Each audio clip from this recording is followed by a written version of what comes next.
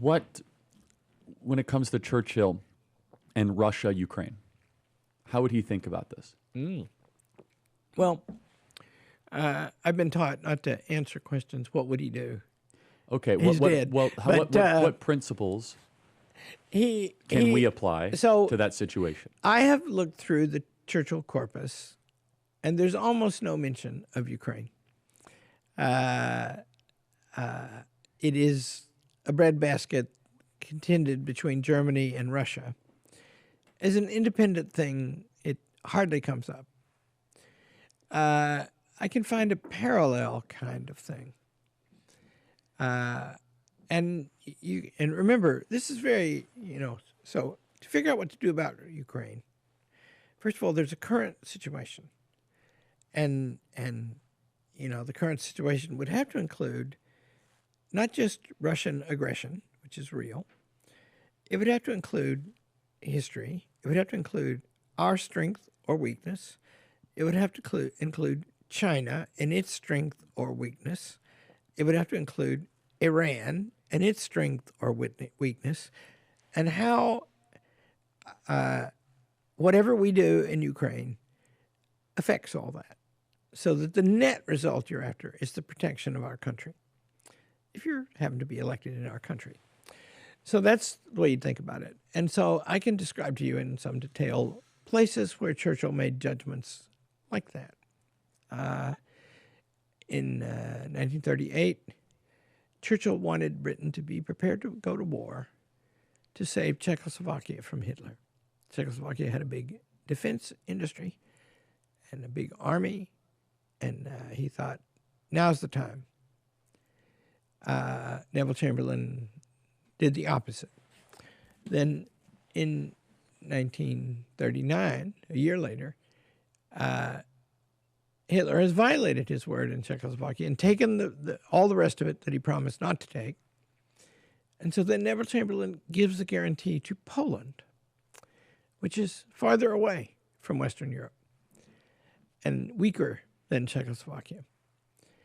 And Churchill was not in the government on either occasion, but he thought, wow, that's a big step. So when the war broke out, the Second World War actually broke out over German and Soviet invasion of Poland. And Britain declared war on September 3rd, 1939, because of that thing. And then they took no serious step anyway, to actually defend Poland, because they couldn't even get there. And the Soviets and the Germans and the Nazis carved up Poland. And now there's a Polish government in exile in London. It's a long story, sorry. And Churchill becomes prime minister. And now he's dealing with the Soviet government in exile. And Britain has gone into war over Poland. And so he has hours of conversations with them. I turn out to be the man who edited those conversations and published them in the document volumes to the official biography. And the Polish leaders say, look, we have to confront these Russians before they get after the Battle of Stalingrad. Everybody knows the Russians are coming, and they're strong, really strong. And they say, you've got major forces with the Americans in Europe. We've got to confront the Russians, the Soviets, and not let them take Poland. Churchill says, it would be lunacy to think that we will fight the Soviets over Poland. What he was for instead was, you should give Russia territory in the east, and we will give you territory from the Germans in the west, and then maybe Stalin will not gobble up Poland. They never made that deal. It's very odd how it worked out. At both Yalta and Potsdam, the two final conferences of the Second World War, there was no deal. But Stalin gave guarantees of the free elections with independent international observers in Poland at both those conferences. And the Potsdam Conference was in July 1945, and then the war's over. And in August of 1945, 1 month later, he arrested all the Polish leaders and closed Poland.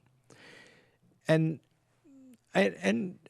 Churchill was not prepared to go to war over that. Probably could not have, even with us, because the Soviet army was very big, and we were busy bringing ours home. So the point is, that's not exactly opposite, but, you know, it's in the middle of Europe.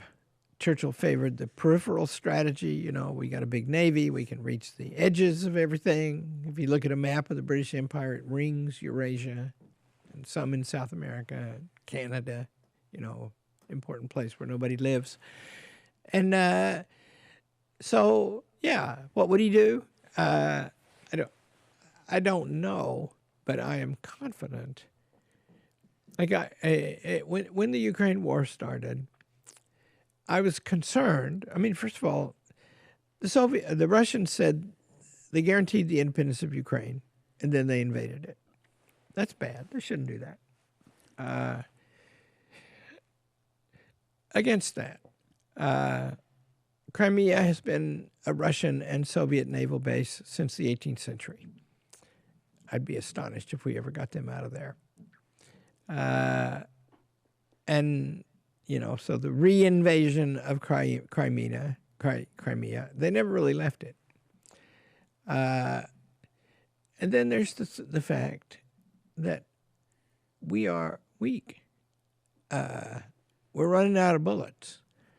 The Chinese have a bigger navy than we, and they're building much faster than we are. Is this the place to fight the war? I can see why there'd be big doubts about it. I've had them from the beginning. And then the effect, you know, China looks to me like a more serious problem than Russia. Mm-hmm. Hard to make the judgment, but I think so. And we're driving them together. Or we're, you know, and, you know, you can see that in these negotiations. See, I don't know how any of this is going to come off. And remember, what would I do? I'm not in charge. I have been doubtful about us drawing a complete line in Ukraine from the beginning. There are some who think, and I don't know the story as well as they, that we could have made a deal with Russia about Ukraine a long time ago if we gave them the Russian-speaking parts of Ukraine, and that seems to be roughly what Trump is offering. So there you go. That's what I think. I do not think, by the way. Oh, let's talk about Lincoln. There's a man named Kossuth. He was a Hungarian revolutionary.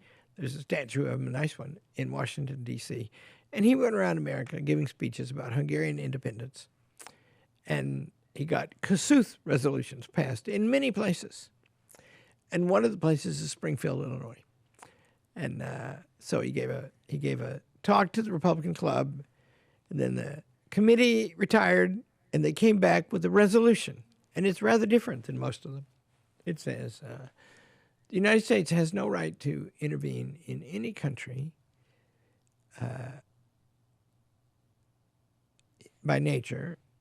I'm paraphrasing, there are three.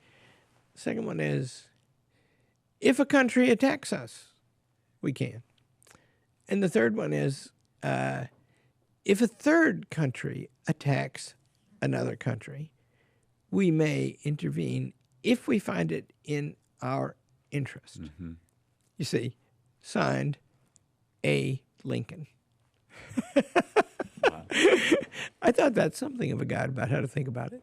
Is it in our interest? It's very simple.